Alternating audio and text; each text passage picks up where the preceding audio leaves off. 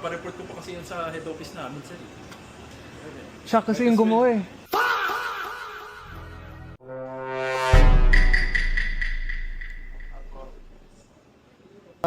Nahulog po kasi coffee ko. Natapon? Oo. Sorry.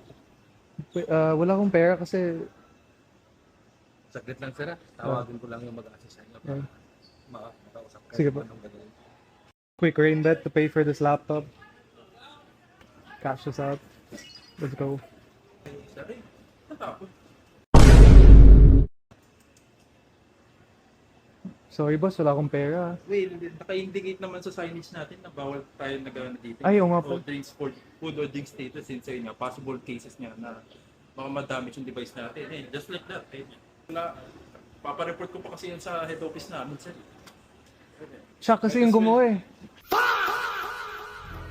Hindi mo na nasita si sir na may dalang papel. Dito kasi yung banda kanina, pagpasok niya, kaya bit niya, yung niya nabasa yung... Sorry boss, wag na. Kasi wala akong pera boss. Hindi wala na magagawa dyan, sir. Gaganyan, babayaran. Kahit magtrabaho dito, ano? Hindi ko, wala akong masasabi dyan, sir. Live na tayo dyan since head office na tayo. Ah, pero okay lang. Ganito lang naman.